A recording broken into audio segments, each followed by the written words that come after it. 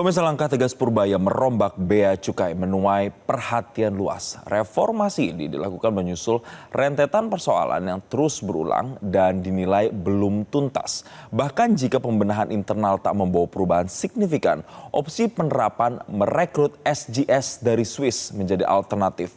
Lantas bagaimana pandangan DPR melihat langkah ini dan sejauh mana dukungan parlemen? Kami akan bahas dengan anggota DPR Komisi 11 dari fraksi Gerindra, Wihadi Wianto. Selamat pagi Pak Wihadi. Selamat pagi, Jason. Ya, Pak Wihadi, melihat statement yang sudah disampaikan, ada ancaman untuk bisa mengganti beberapa pegawai pajak, mengganti bea cukai dengan SGS. Ini ancaman-ancaman seperti ini menurut Pak Wihadi memang sudah seharusnya dilakukan dengan melakukan pergantian di tengah situasi penerimaan pajak dan juga bea cukai yang dianggap tidak memenuhi ekspektasi, Pak Wihadi? Ya, jadi begini, ini kan dua lembaga pajak dan bea cukai ini kan memang adalah merupakan tulang punggung daripada penerimaan negara. Dan keseriusan terhadap perhatian penerimaan negara itu kan juga sudah disampaikan oleh Presiden Prabowo.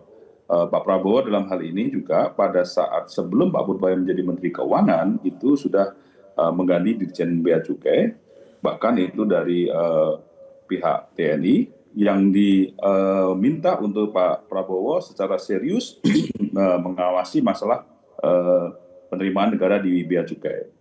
Dan apa yang dilakukan oleh Pak Purbaya saat ini memang kita dukung, artinya memang sinergi daripada apa yang dilakukan oleh Pak Prabowo mengenai penggantian Dirjen Bea Cukai, kemudian juga Pak Purbaya juga mendorong ada pergantian di jajaran di bawah daripada Dirjen, ini menunjukkan bahwa keseriusan daripada penerimaan negara, khususnya bea cukai itu memang menjadi perhatian kita, karena bagaimanapun juga bea cukai ini memegang peranan yang sangat penting, dan kita harus melihat juga perbedaan antara bea dan cukai.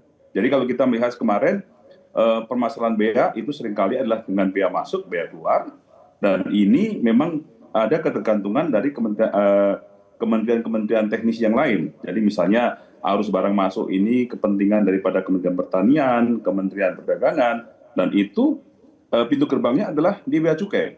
Kemudian kalau kita bicara mengenai masalah cukai ini kan kaitannya dengan barang-barang yang kita melihat terakhir-terakhir ini banyak sekali rokok-rokok ilegal yang dimana tidak ada cukai, sehingga perlu ada penanganan khusus untuk penerimaan negara di bidang cukai ini karena menurunnya daripada produktivitas daripada pabrik-pabrik yang sudah memang mempunyai kontribusi dalam penerimaan dalam cukai. Jadi di sini memang keseriusan pemerintah dalam menangani penerimaan negara ini adalah memang merupakan sesuatu hal yang harus dilakukan karena kebocoran-kebocoran agar bisa dilakukan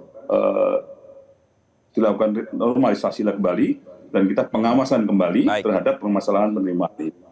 Pak Wihadi, menarik berbicara soal kebocoran ini. Apakah DPR sendiri sudah melakukan evaluasi atau mungkin hearing terkait dengan turunnya penerimaan pajak? Kalau kita lihat datanya ini kan turun begitu Pak. Dari tahun 2024 itu 300,3 triliun rupiah. Kemudian turun jadi 300,2 triliun, turun tipis. Walaupun pajak kalau dari bea cukai maksud saya itu tetap ada peningkatan walaupun diakui oleh Menteri Keuangan Purbaya tidak terlalu signifikan.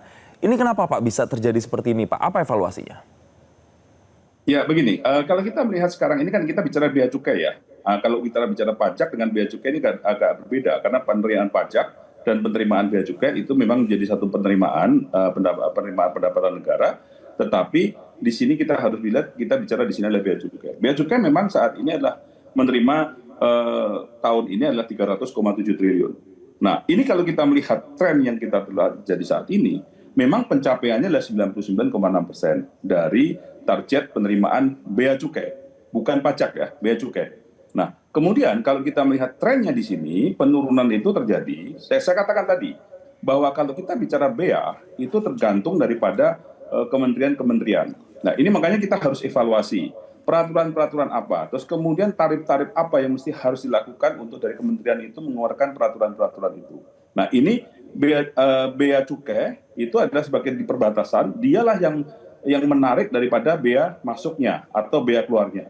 Kemudian saya katakan tadi juga penerimaan cukai itu turun sekali ya. Kita kalau lihat dari grafik yang ada, cukai rokok itu itu turun ya dari hasil tembakau itu, targetnya dari 230 menjadi 211. Tentunya ini sangat signifikan. Kalau kita lihat kemarin banyak sekali rokok-rokok ilegal menjadi isu. Kita bagaimana rokok ilegal ditangkap oleh aparat bea cukai dan kemudian bagaimana proses daripada rokok-rokok ilegal ini. Nah, ini adalah salah satu potensi penurunan yang memang sudah dilaporkan kepada kami di Komisi 11 pada saat raker.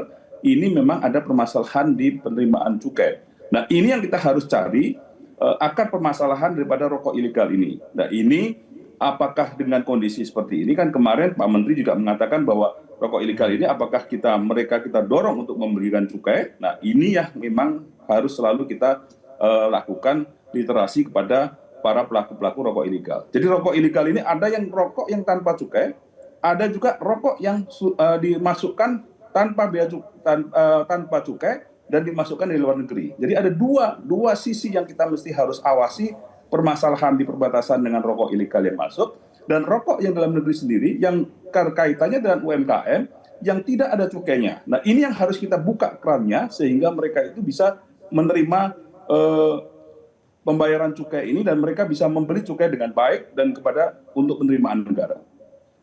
Itu yang kemudian harus dilihat celahnya, mengapa kemudian bisa penerimaan dari bea cukainya ini naiknya sangat tipis. Sekali lagi dari 2024 itu 300,2 triliun, tapi di 2025 hanya naik sekitar 300,3 triliun atau naik tumbuh tipis 0,02%. Itu yang kemudian harus juga dievaluasi. Tapi pertanyaan saya berikutnya Pak Wihadi, ketika ada wacana untuk menghadirkan SGS dari Swiss, nah bagaimana menjamin bahwa penerimaan negara ini nantinya benar-benar bisa maksimal ketika sudah menggunakan pihak ketiga atau SGS? Tapi kita akan bahas Pak Wihadi usai jeda berikut ini. Pemirsa, tetaplah bersama kami di Selamat Pagi Indonesia.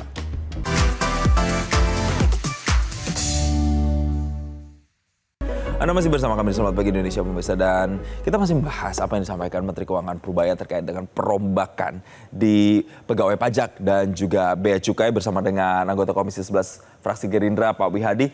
Pak Wihadi, kami lanjutkan lagi perbincangan. Ada teguran yang disampaikan, ini katanya dari Presiden Prabowo ke Menteri Keuangan Purbaya, lalu kemudian disampaikan oleh Menteri Keuangan Purbaya bahwa nantinya kalau bea cukai tidak sesuai ekspektasi akan diganti dengan SGS dari Swiss. Ini pernah dilakukan di era Presiden Soeharto sebenarnya. Kalau ini dilakukan lagi, sesignifikan apa untuk kemudian bisa memaksimalkan penerimaan bea cukai? Jadi begini, kita tidak perlu melihat akan menjadi signifikan apa, tetapi yang saat ini kita harus lakukan adalah bagaimana kita mengefektifkan aparat bea cukai ini dalam masalah penerimaan. Ini kan masih ada sesuatu hal yang memang harus dilakukan oleh bea cukai dalam pembenahannya. Dan apa yang dilakukan perombakan itu kan sudah dilakukan perombakan. Barusan kemarin dilakukan perombakan, ya kan, beberapa daripada kanwil bea cukai juga sudah diganti. Kemudian juga beberapa pelabuhan juga sudah diganti kepala-kepala pelabuhannya bea cukai, dan ini kita melihat kinerjanya semoga menjadi lebih baik. Jadi ini kita bicara mengenai masalah bagaimana penerimaan. Karena begini, karena permasalahan penerimaan ini kalau kita bicara bea cukai, SGS ini kan bicaranya adalah di bea masuk, di beanya, bukan di cukainya. Kalau cukai ini kan tergantung daripada bagaimana law enforcement yang dilakukan, di mana industri kita menurun dalam penerimaan yang disebabkan oleh menurunnya cukai rokok. Jadi saya kira kita mesti harus melihat ke depan bahwa saat ini dengan adanya dirjen yang baru, kita melihat bahwa sudah ada suatu kinerja yang sudah cukup baik, dan kita melihat ke depannya dengan ada perubahan-perubahan ini, karena kemarin itu kan dirjennya saja yang diganti, ya kan, di bawahnya eselon 2-nya belum diganti, belum dilakukan perombakan, dan ini pada saat ini perombakan, kita harapkan ini bisa menjadi lebih baik ke depannya, sehingga kita ini benar-benar bisa menargetkan penerimaan dari bea dan cukai ini sesuai dengan apa yang kita targetkan untuk tahun 2020. Ya, tapi artinya DPR mendukung tidak kalau misalnya SGS ini sampai dihadirkan begitu untuk kemudian menggantikan posisi bea cukai? Walaupun Menteri Keuangan Purbaya bilang kita masih memaksimalkan dulu ini potensi dan juga rekan-rekan yang ada di bea cukai, Pak Wihadi. Selama ini adalah untuk kepentingan negara, untuk kepentingan penerimaan dan ini menjadi yang lebih baik, saya kira DPR dalam hal ini pasti mendukung pemerintah, dan kita mendukung pemerintah dalam hal ini memang kita harus memberikan penerimaan kepada negara yang baik, yang sehat, yang tidak ada sesuatu kebocoran-kebocoran, yang tidak ada satu permainan-permainan yang sering dikeluhkan oleh masyarakat. Jadi ini saya kira semuanya adalah DPR tetap akan mendukung apapun langkah daripada pemerintah, karena bagaimanapun juga bahwa ini adalah untuk kepentingan negara, dan ini adalah untuk kepentingan penerimaan negara. Jadi saya kira ini sesuatu hal yang mesti harus dilakukan bersama-sama pengawasan ini, dan mulai sekarang dengan kondisi yang sekarang kita melihat penerimaan yang terkoreksi, dan kita melihat ada beberapa hal yang memang harus diawasi, maka tentunya kita akan lebih konsentrasi dalam penerimaan, dalam pengawasan masalah penerimaan ini. Pak Wihadi, lagi kalau misalnya SJS ini jadi, bagaimana ya memastikan untuk kemudian penerimaan negara ini benar-benar bisa maksimal dan justru bisa mencegah kebocoran pendapatan begitu? Jadi begini, saya katakan tadi kan di awal, kalau yang namanya penerimaan bea masuk itu kan terkait dengan adanya peraturan-peraturan yang dikeluarkan oleh kementerian-kementerian teknis. Ini kan peran daripada bea cukai itu sekarang berbeda dengan yang dulu. Karena yang dulu itu kan menentukan tarifnya. Kalau sekarang itu tarifnya sudah ditentukan oleh kementerian-kementerian teknis yang berkaitan dengan dengan melakukan pemasukan barang, atau barang itu masuk, barang itu keluar. Nah, ini semuanya sudah ada aturan itu dalam kementerian-kementerian teknis untuk barang-barang itu.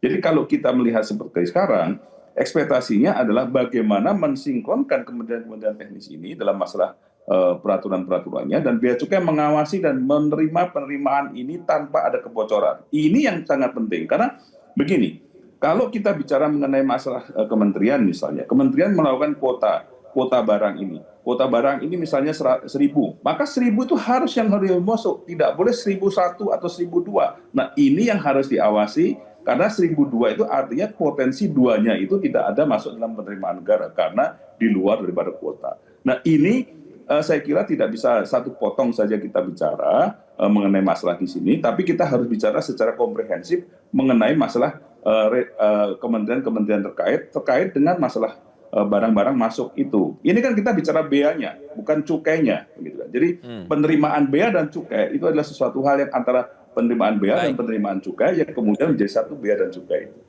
Baik, harus ada evaluasi secara holistik dulu yang kemudian dilakukan. Tapi kembali lagi kita masih akan melihat bagaimana nanti kinerja dari teman-teman bea cukai untuk kemudian bisa meningkatkan lagi, karena kemarin naiknya tipis, diharapkan ini benar-benar bisa maksimal. Terima kasih anggota Komisi 11 fraksi Gerindra Wihadi Wianto telah bergabung bersama kami di Selamat Pagi Indonesia. Jelajahi cara baru mendapatkan informasi. Download Metro TV Extend sekarang.